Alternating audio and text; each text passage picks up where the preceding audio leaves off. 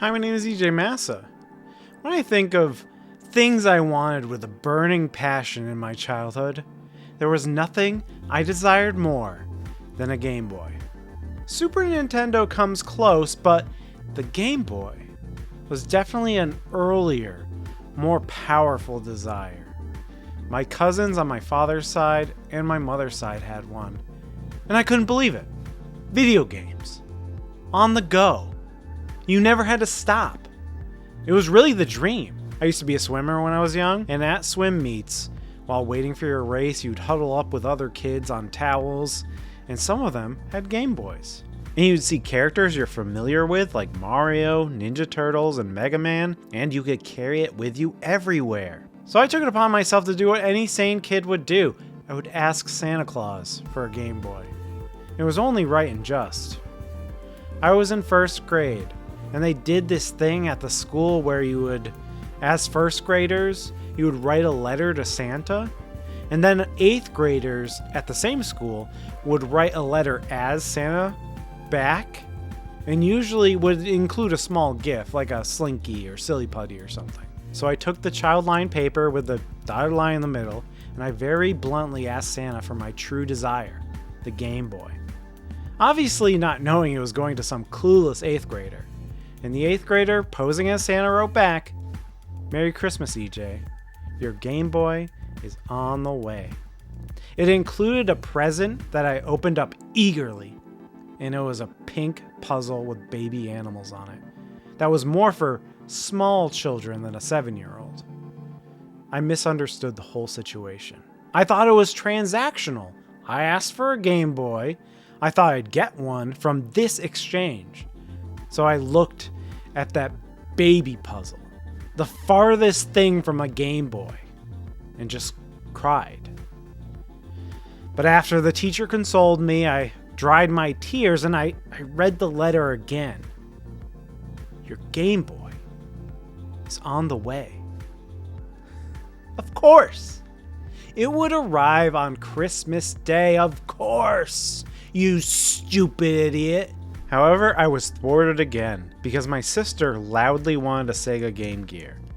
Now, I didn't know anything about Sega, nor its mascot. My sister proclaimed that the Game Gear was better because it was in color and cooler than the Game Boy. I didn't believe it. The Game Boy had Mario. Mario was already cool. And Mario was my friend. Forever. Still is, too. Still is. I still asked for a Game Boy for Christmas, but I guess my parents bought the Sega propaganda from my sister, and Santa brought me, not my sister, weirdly enough, the Sega Game Gear along with Sonic 1, 2, and Mickey's Castle of Illusion. And then I thought about the letter the fraud 8th grade Santa wrote. Your Game Boy is on the way. It was not on the way. And for what it's worth, I enjoyed the Game Gear well enough. I did realize quickly that most of the games were ass. It was ass in living color. 6 AA's, which weren't cheap even back then. I did my best to like it, but it was no use. I used to try to borrow my cousin's Game Boy when I could, marveling at how it would last for days on end on 4 AA batteries. Games like Kirby's Dream Land and Mario Land 2 were actually fun and not frustrating. It was technically inferior with no backlit screen, but somehow it had a magic the Game Gear was missing. Maybe it was the D-pad. Maybe it was the software. It just had a little more love programmed into it. Maybe it was the blind brand loyalty, but the Game Boy had an it factor, and the Game Gear didn't. There was less frustration involved with the Game Boy. I found that the Game Gear screen, despite being backlit and in color, was somehow harder to see. I haven't looked at the Game Gear screen in years, so I'm not sure how true that is. I have seen the Game Boy screen recently, and it's definitely not great. But that was my memory of the two at the time. And it could be I didn't want to see the Game Gear screen. Years went by, and the wanting for the Game Boy didn't cease. In 1996, I saw my chance. I had a neighbor who wanted my bike. I actually outgrew it and had a newer mountain bike to replace it. He wanted to add pegs to the smaller bike and use it as kind of a trick bike. Now, I knew he had a Game Boy he didn't use, so I offered to trade his Game Boy along with Kid Icarus, Donkey Kong 94, Last Action Hero, and Tetris 2. I remember asking my parents if it was okay, and they blessed the trade. They probably wanted that old bike gone anyway, so the trade was done. And I finally got my Game Boy after years of desire. Which brings me to the games. Now, this will be in line with my other top 10 list. These are games that resonated with me the most. Ones that, if you cut me and spill my blood on the ground, a forensic investigator could figure out which Game Boy games I was playing by looking at the blood splatter. Oh yeah, this guy plays Donkey Kong. There's not much relevance to the order besides probably the top 2 are my favorite games, so let's start off with some honorable mentions. Kirby's Pinball Land. This is a bit of a silly addition, but it was formative. My cousins let me borrow their Game Boy for about a month, and the only game they had was Kirby's Pinball Land. At the time, I was familiar with Kirby because of Kirby's Adventure on the NES. Enforcing mascots into pinball scenarios was a thing for a while. Sonic Spinball, Pokemon Pinball, Mario Pinball Land, Metroid Prime Pinball. How come this trend stopped? Why isn't there a Last of Us Pinball Land? Anyways, I liked it at the time. Again, it showed me a bit of creativity and fun that I missed on the Game Gear. But I liked this Kirby take on pinball, using his useless ball power-up from Kirby's Adventure and making it a pinball game oozing with creativity and teaming with animated enemies from the games, including taking out the memorable bosses from the series. The Game Boy Camera. I got the Game Boy Camera because of the hype inside Nintendo Power. It was even honored in the 1999 Guinness Book of World Records as the world's smallest digital camera. I was the right age for it too, taking pictures of my friends in junior high and putting goofy stickers and overlays all over them. I even remember, this is way before cell phones and selfies, but I had a crush on a girl and she sat next to me on the bus. She grabbed my Game Boy camera and started taking selfies with it. And I was like, thank you, Nintendo, for appealing to this girl's narcissism so I could superficially get close to her. Kind of amazing Nintendo got on the ground floor of people doing this. Final Fantasy Adventure. Squaresoft released a few titles labeled Final Fantasy that weren't Final Fantasy, like Final Fantasy Legend, which I also owned, but that's actually the Saga series. And then there's this game, Final Fantasy Adventure, which is actually the first entry in the Mana series. Secret of Mana being the more popular and recognizable entry, of course. And while it looks like a Zelda clone at first glance, it definitely plays like a game in the Mana series, being more combat focused with RPG elements. Sure, it looks more primitive than Link's Awakening, but it came out a couple years before, so it was one of the few ways to get your action RPG fix. I didn't pick up this game until way later, after getting into JRPGs with Final Fantasy VI, and then I went back and got Final Fantasy Legend and this game, and this was a very big and pleasant surprise. Warlocked. I love this one just because of how ambitious it was. I was of course a huge Warcraft 2 fan, so seeing a ripoff pulled off on a handheld like the Game Boy Color was impressive. It even had compressed voices for the character movements like Warcraft. It's definitely stripped down and simplified for the small screen, but it satisfied my real-time strategy cravings on family road trips. I remember being excited for a Game Boy Advance sequel that had a screenshot, I think in Nintendo Power, but it was disappointingly never released. Super Mario Deluxe. You know how old people would buy a Wii just for Wii Sports and that was the only game they have? It was basically a Wii Sports system. My uncle was like that for the NES. He had Mario Duck Hunt cart that came with the action set, and that's it. That's all he played. When Super Mario Deluxe came out for the Game Boy Color, I delighted in showing him his favorite game playing on such a tiny device. He was amazed how far technology had come. It's not a straight up port either. Nintendo went the extra mile with challenge levels where you have to find hidden red coins and Yoshi eggs, Boo races where you race on remixed tracks versus a Boo, even a calendar so you can print it out on your Game Boy printer, and a stripped down version of Lost Levels is on here as well. I enjoy this version way more than the Mario All-Stars version, and it's the kind of thing I wish they would port back to the NES resolution, maybe making it a special download on the Switch, because things get a little cramped on this tiny Game Boy screen. Wario Land. Some people may prefer the puzzle platforming sequels where Wario is deformed by taking damage, but I prefer the more Mario derivative version of Wario where he gets bull helmets, dragon helmets, and flying helmets. I never owned this. I did play it on a friend's Game Boy, but I did get the Virtual Boy follow-up for Christmas, along with a Virtual Boy, and I love that deluxe version of Wario, and I'm surprised they never ported it. I felt like the original, which I played and beat years later on the 3DS, had a lot of personality. I love the big Wario sprite, the enemies were perfectly zany to compete with Wario, and there's fun, detailed environments. It just plays very well for a portable platformer. Nothing more satisfying than knocking enemies off the screen with Wario's signature shoulder check. That'll do for the honorable mentions. Let's move on to the meat of the list. The baby back ribs of the list. Smoked low and slow over many hours with oak wood chunks and delicious, tangy barbecue sauce. What? Alright, Game Boy. Number 10, Dragon Warrior 1 and 2. My older sister used to babysit a kid named PJ. She'd bring me over sometimes to hang out with him. Yeah, PJ and EJ. Wasn't confusing at all. He had a ton of awesome NES games, including Mike Tyson's Punch-Out! So I'm over there and he's playing some game he got for free from Nintendo Power. He'd move a character around the screen and a picture of a blue smiling slime thing would show up, and there were a lot of words and numbers. Look man, if I wanted to read words, I'd pick up my school books. I didn't get it. He was telling me this game is super fun, but I'm just sitting here wishing we'd try to punch the shorts off of King Hippo. No wonder Nintendo was giving this game away for free. Nobody would pay money for this boring game on purpose.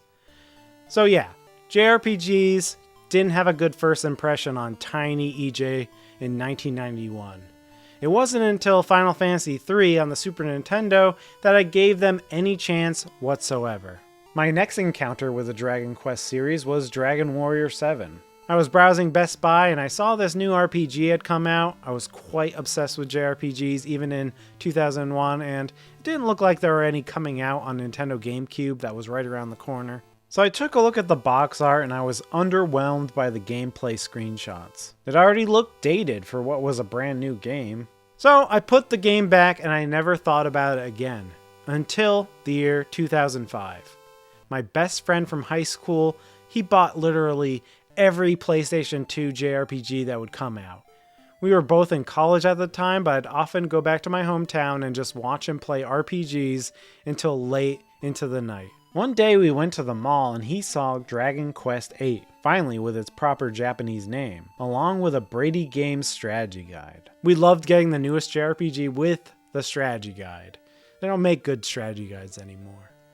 He'd sometimes call me Brady Games as a nickname because I always had intuitive knowledge about games, but also he would play and I would bark directions to him while reading the guide on my lap. When we brought this game home, I was astonished with the quality of it. It looked like a Dragon Ball Z episode come to life with cool voice acting and classic JRPG combat. It was the sweet spot between new and old. This inspired me to look at other games in the series that I missed, and I came across a used cart of Dragon Warrior 1 and 2 for the Game Boy Color at my favorite used game store, That's Entertainment. I popped it into my Game Boy Advance SP and I fell in love with this version. I'll be honest, I haven't played the original at all, so I don't know what mechanics were improved or changed for this version, but I adore the Game Boy Color graphics. I think the grinding and difficulty feel pretty balanced, so I'm guessing those were improved for this version. You do still have to grind, but it's a pleasant amount. Like you can finish off a true crime podcast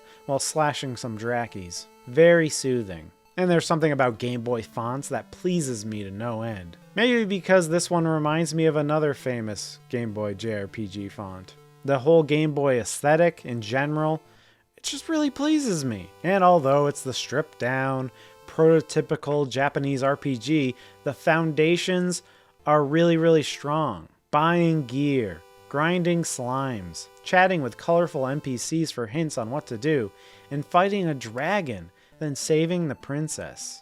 I love how you spend all this time trying to beat this dragon, and then later in the game it becomes kind of a common enemy, so you feel more badass when you're casually taking them out. Being obsessed with JRPGs and then finally coming back to the one that started it all, at least in this remade version, it felt like the perfect journey. Like a return to a home I never knew I had. Yeah, it's basic, but to me, it's basic in a good way. Oh, and Dragon Warrior 2 is there. That's cool. Number 9, Metroid 2, Return of Samus.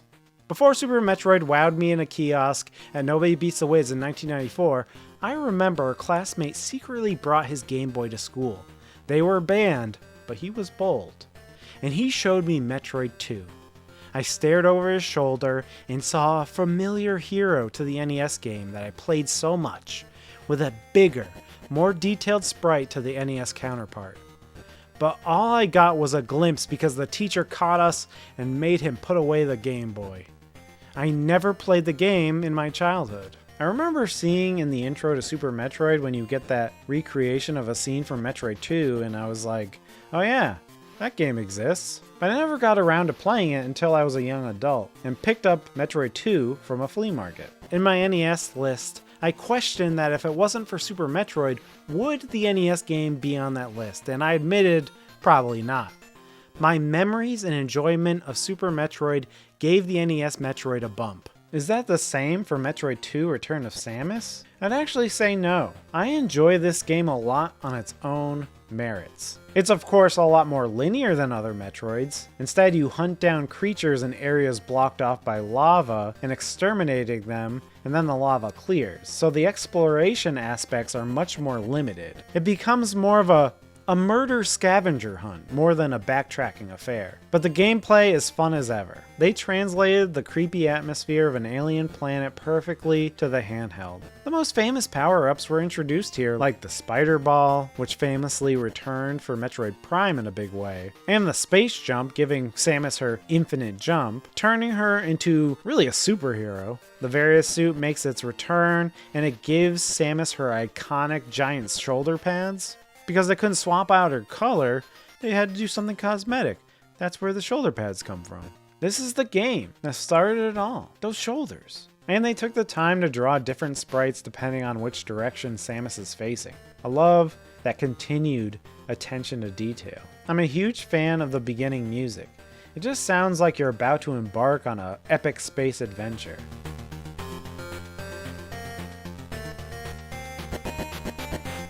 And then you see the first Metroid and you stop in fear, only to see it shed its skin and become some other horrible creature. Oh, you know you're in for some shit.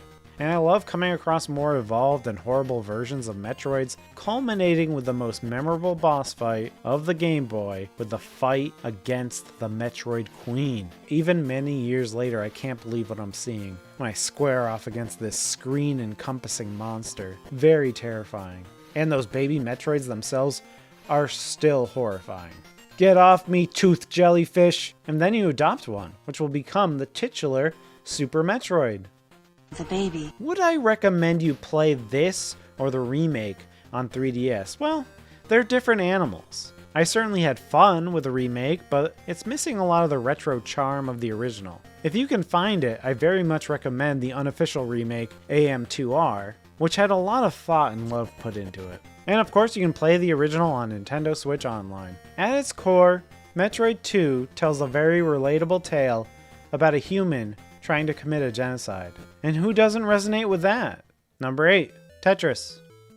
Who can forget the first version of Tetris they played? Based on the title of this video, you can probably guess mine. That's right, it was a bootleg version I played on my older sister's Amiga computer. I always liked these Russian-themed illustrations on the side, but when I think of Tetris, the mechanics, the feel, the music, it's all from the Game Boy version of the game. When emulators became ubiquitous in the late 90s and early 2000s, you can bet I had Game Boy Tetris loaded up on whatever computer was available, ready to kill time. Because who wants to be alone with your thoughts when you can try to cram geometric shapes into lines? So later games like Wii Tetris have row upon row of upcoming shapes in this outline indicator of how the blocks will fall. Nah, that ain't my Tetris. My Tetris has one upcoming block indicator, and the only outline indicator is the shitty one in your brain. My favorite thing about Tetris is when you accidentally put a shape in a stupid spot, and then the satisfaction of gradually whittling away at that mistake. Sure, some mistakes are catastrophic, but even then, there's the thrill of starting over from square one. Sure, there's lots of great versions of Tetris. The Nintendo DS one comes to mind, especially since it's riddled with classic Nintendo sprite work. But with Tetris, I kinda want you to give me the meat and give it to me raw. Give me the meat and give it to me raw. And by that I mean I just want to play Tetris, the main game, no frills, no distractions, no power-ups, no guides, and on the Game Boy, no colors. That's the perfect version for me. Number 7, Super Mario Land 2, 6 golden coins. I was always jealous of people who had Game Boy in the early days. They had access to a brand new Mario game, and I didn't. That is until I actually played the game, and it felt off. The physics weren't quite right. Mario falls too fast when he slides off platform, that sort of thing. The Super Ball power-up disturbed me.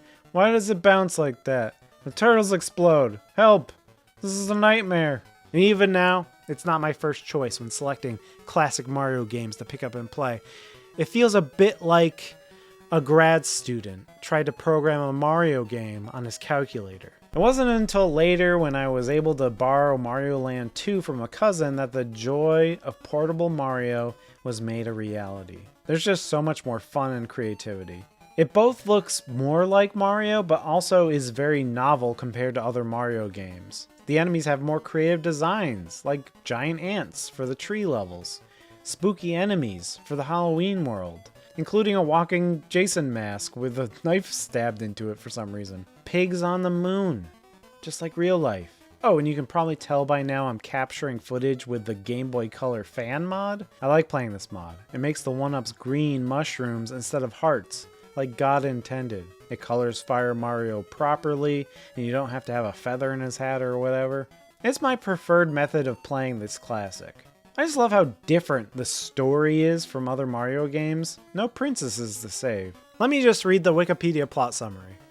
While Mario is away in Sarasa Land, a jealous childhood acquaintance named Wario puts an evil spell over Mario's private island, Mario Land. After several prior unsuccessful attempts, he finally takes over Mario's castle with a spell, brainwashing its inhabitants into believing Wario is their master and Mario is their enemy. Wario's motive behind this sudden attack is to steal Mario's castle out of a desire to have a palace of his own. I didn't realize Mario had his own private island with a palace. Not only that, there's a mechanical Mario statue. Did Mario build this? Did he force the residents to build it? What's going on here? Has it always been here? What's going on? I thought he was a humble plumber. What do we even know about Mario? What is the government not telling us? The gameplay is much more solid, and the physics feel much better than the first Mario Land. Not perfect, as it's still a little weird and slippery. The game is set up like Mario World in that there's an interconnected map on paths to levels. You can choose whatever world you want in any order. The non-linearity means the difficulty is sort of all over the place or on the same level, but I like the option to tackle whatever world I'm in the mood for. The sprite work, I think, is what appealed to me most initially. Mario and the enemies have wonderful detailed sprites, and the worlds are way more creative, including traveling inside a disgusting whale, complete with its gross, bony ribs trying to stab you. It's like some H.R. Giger stuff. And I think it was a law in the 90s that moon levels had to have banger music tracks. I sort of missed this old design of Wario where he looks glassy-eyed and crazed. It reminds me of what I see in the mirror in the morning every day. Mario Land 2 is comfort food that I find myself returning to often. For some reason, I love playing it on my modded arcade 1-up. It's just a great, relaxing hang with a vibe that Mario has never really had since. Number 6, Mega Man 5. I completely missed the portable Mega Mans. One time a kid let me play Mega Man for the Game Gear at a swim meet, and I thought it was pretty mind-blowing. A console game on a handheld. They did that a lot back then, especially on the Game Boy. Derpy versions of the game you recognize. Famously, the Game Boy Mega Mans are basically remixes of the NES games, mixing and matching bosses from its console counterpart. In effect, lots of these handheld versions of popular series felt like they were just holding you over until you got home and could play the real version on a real console. After I graduated college in 2008, I found myself with an engineering job and lots of free time after work, not to mention a disposable income since I didn't have to pay rent. I was living at my parents' house. So that meant wandering around flea markets and retro game stores purchasing reasonably priced retro games. Seeing the Mega Man art on tiny Game Boy carts stirred up feelings of nostalgia, so I purchased them, brought them home and basically marathoned them on my Game Boy SP. They were slightly janky, but nonetheless I was charmed by these little time capsules. However, I was missing one game that didn't seem to pop up at flea markets and used game stores, Mega Man 5. So I went to eBay to complete my collection, and I was appalled to learn it was $39.99 for cart only. Of course, nowadays it goes for $200 or more, but I didn't know that at the time. I bought it anyways because my desire for completionism overrides my sense of frugality. And I'm glad I did because this game was more than just a novelty. More than just a remixed version to hold you over until you had the real thing. This was the real thing, and more. It has totally unique bosses based on planets in the solar system. Sure, some kind of remind me of other Mega Man bosses, but they changed enough to make them unique. It's got everything that makes a Mega Man game great. Good music, cool bosses, a Dr. Wily fake out. Spoilers. Who knew? It was Dr. Wily all along. It's a typical Mega Man. Stage select, platform through a tricky level, and beat a robot master at the end and gain its powers, with all the bosses having a rock, paper, scissors weakness based on those powers. Being a later Game Boy game, it feels like Capcom, or whoever they farmed this out to, had a mastery of the system, with expressive and detailed enemies. It just feels like they had fun with this one. I like the shooter section where the camera pans out and Mega Man gets tiny and you have to fight Wily's base. You have rematch fights with the unique bosses from the other Game Boy Mega Man, so it feels like a proper send-off to the whole Game Boy series. Like most Mega Mans, it's tough but very beatable with practice. In a lot of ways, I like it better than most of the NES Mega Mans. It just has this swagger that's unique to this game, a cool confidence that comes out in the gameplay and the art. It also has Super Game Boy support, so you have a unique border, which is always fun.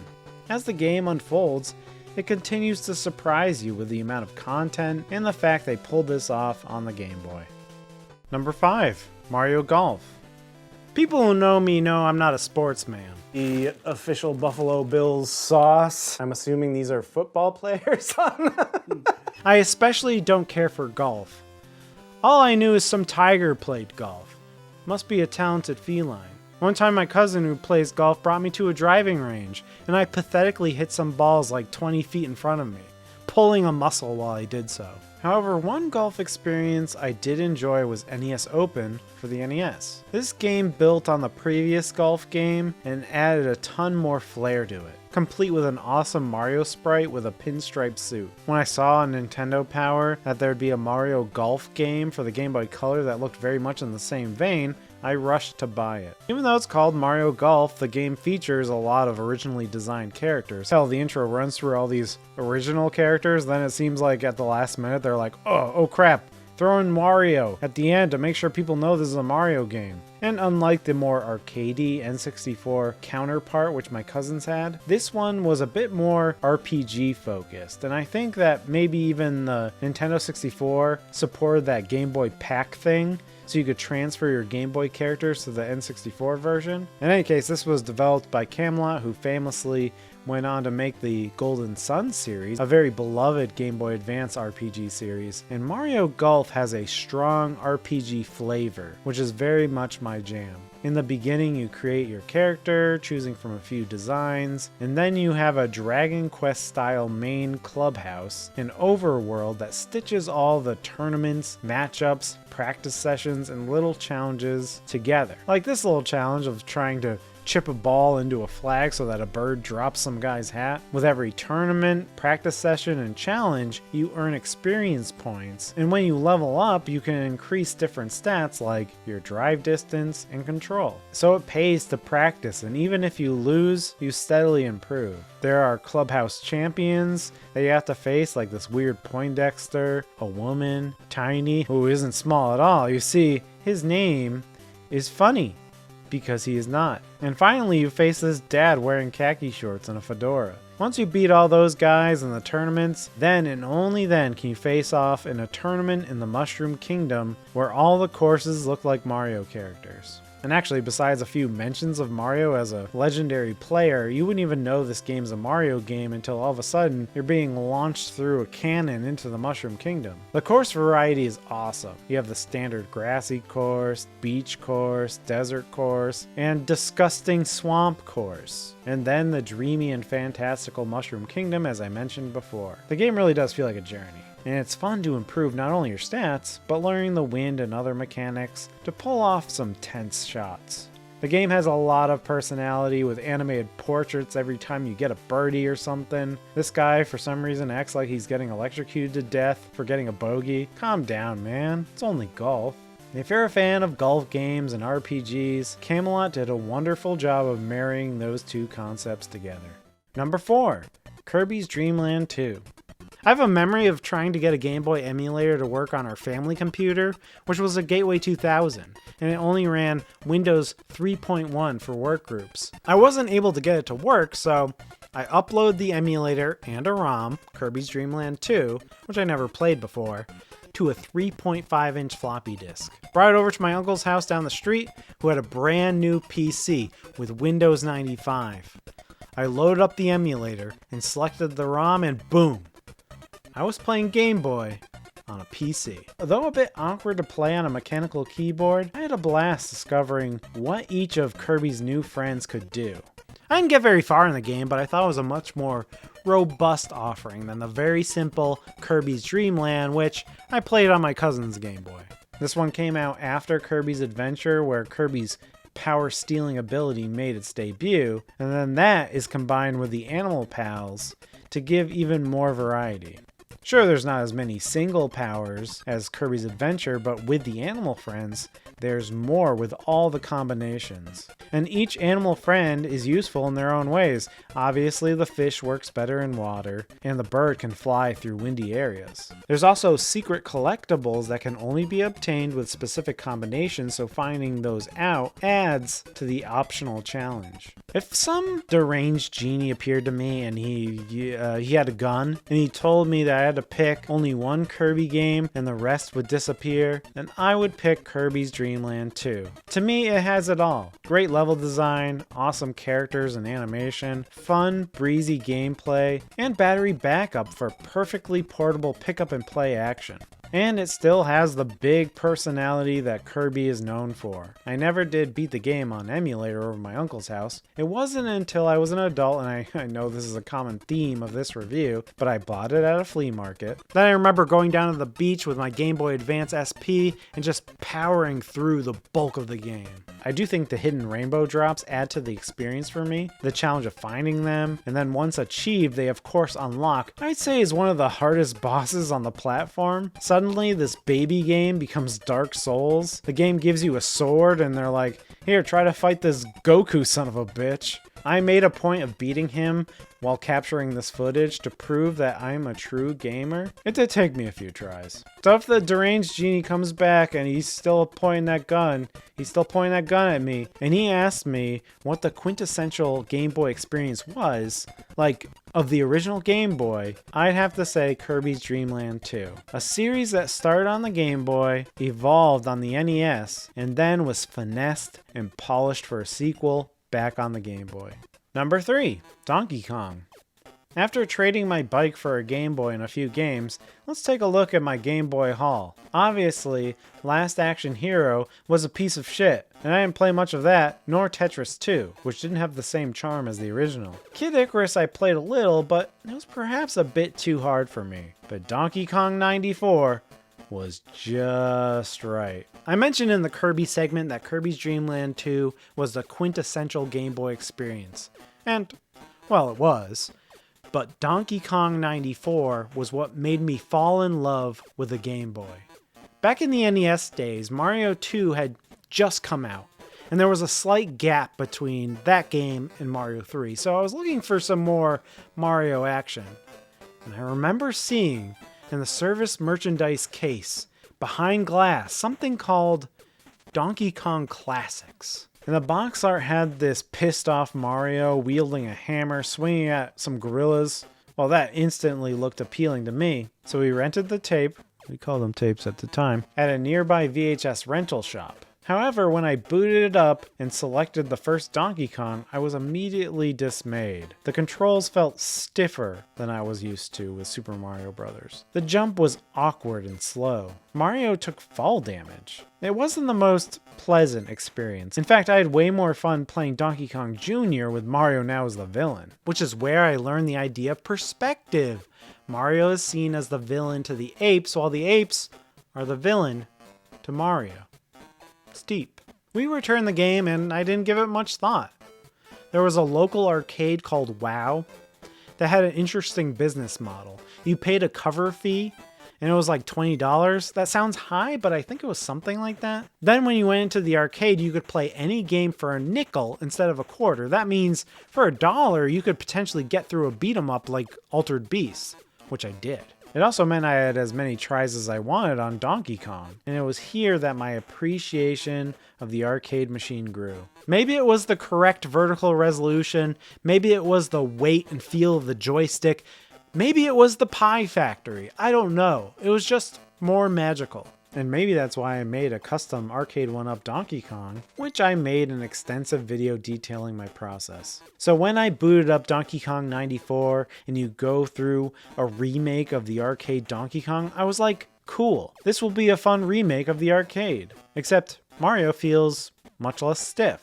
What a cool game idea. But then after you beat the 4th level and Donkey Kong gets up and the game suddenly opens up to this new location with lots of levels, I realize this game is much bigger than the arcade original. I find this game a joy to play. Mario is super athletic doing handstands, flips, and that U-jump from Mario 64. Or should I say this game, because Mario 64 came after. You know, I got this game with the Game Boy in 1996, so I was playing Donkey Kong 94 concurrently with Mario 64, and I thought, even at the time, in both games, Mario was nimble and athletic. There was an interesting symmetry, and you have to think, Donkey Kong 94 inspired Mario 64's movement. Instead of just avoiding obstacles and getting to the end of the level like in the arcade, most stages are puzzles, where you have to find a key and bring it back to a locked door. If you drop the key on the way back, it disappears, which must be what happens to my car keys.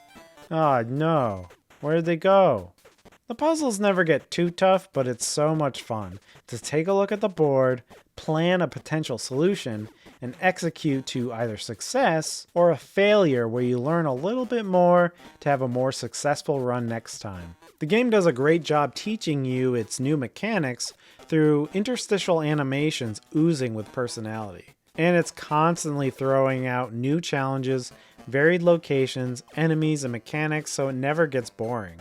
And of course, there's plenty of battles with Donkey Kong to end each themed level. As you can tell, I captured the footage on the Super Game Boy where you have this wonderful custom border which looks like the classic arcade cabinet. And that definitely improved my experience with the game. You know, I don't think I gave the sequel Mario vs. Donkey Kong much of a chance. Something about the pre-rendered graphics that lacked the charm of the pixel art of the first game. It's great to see that Nintendo is remaking it for the Switch, so I'll finally give it an honest try. Probably more than any other game on this list, this is the one I return to for a quick pick up and play session. Number 2, The Legend of Zelda: Link's Awakening. It's been a while since I subscribed to Netflix, but this is my memory of it, is that they would have some movie or TV show and it would tell you if it was up your alley by suggesting it was 96% matched to you or something like that. One day it suggested 1990s TV series Twin Peaks, which it said was like 99 matched to me or something. And I scoffed. And I tried to resist at first, but my curiosity got the best of me and I turned it on. And from the title screen with the sawmill imagery and that melodramatic music, I was hooked. The music in particular struck me because it sounded so familiar. It reminded me of Japanese video games, like Silent Hill and Final Fantasy VII, which used very similar music to me. Silent Hill in particular, I realized must be directly inspired by this TV show. And then I saw that the show was a huge hit in Japan, to the point of David Lynch producing Twin Peaks coffee commercials for Japan with Japanese characters for the commercial storyline. No, Lucy? Incredible. You two have got to try this. I then read on an Iwata's Ask interview where the creators of Link's Awakening mentioned that the game was meant to have a feeling of Twin Peaks with the quirky characters inhabiting the village on the island. And suddenly, with one Netflix recommendation, my gaming experience in the 90s started to make a whole lot more sense. No wonder Netflix thought it was 99% matched with me. But yes, Link's Awakening is probably one of my favorite Zelda games. I remember borrowing my cousin's Game Boy to play it way back in the day and not really knowing where to go. I'd always get stuck at this part where the raccoon gets you lost. But even so, I knew the game was special. The physics were just right. The way Link's sword moves, the heft of it, how it bounces off objects and enemies. It took what was great about A Link to the Past and successfully translated it into a handheld. As I grew older and wiser, I borrowed the game again, this time with my own Game Boy, and I was able to finally figure out how to sprinkle mushroom dust on the raccoon and get that tail key. And from there, I conquered the whole game. I always like the Zelda games that have sort of a somberness to them. Majora's Mask, of course, is a good example. And here, as you journey, you fall in love with this island, fall in love with the inhabitants, but then you learn basically you must destroy it to wake the windfish from his dream, and with it, the island will dissipate as well. It's not like a stupid twist where it's a dream all along. You are living a dream, invaded by a nightmare, which is a prison for the windfish and by extension yourself. I find the whole thing extremely captivating, even with dozens of playthroughs, including the Game Boy version, Game Boy Color version, and the Switch remake. As for which version to play, I'd say the Switch version is a great and faithful remake, so that might be a great place to start, but I tend to like the Game Boy Color version for replays. The extra color dungeon is a bit basic, but it doesn't take away from the experience. There's even an Earthbound-inspired photo events, which if you had a Game Boy printer, you could print them out. And I did print them out. For a game about using music to wake a windfish, the sound design is wonderful, with Marin singing the Ballad of the Windfish, the great Zelda Overworld remix, and my favorite part is the strange grumbles and grunts the enemies and bosses make. Something grungy and satisfying about those. The dungeon design is peak Zelda, and again, probably my favorite of the series. You have these 2D sections that sort of remind me of Zelda 2, and weirdly they have Mario characters in them. And there's lots of fun references to other games like Mr. Right from Sim City, who's being catfished by a goat who sends him pictures of Peach. Chain Chomps. Wart from Mario 2 makes an appearance. Hell, Wart gets more love from this game than the Mario series. Wart needs to make a comeback. Get on it, Nintendo. There's always some mystery, some seashell to find, some quirky character to interact with, and some challenge to overcome. I purchased this one more times than I like to admit, but when a game is this good, sometimes you have to play it on a dumb novelty Game & Watch. Number 1. Pokemon Red and Blue. During the Nintendo RPG drought of the N64 era, I remember seeing this article in the July 1997 issue of Nintendo Power detailing a Game Boy RPG, Pocket Monsters, that was taking the country of Japan by storm.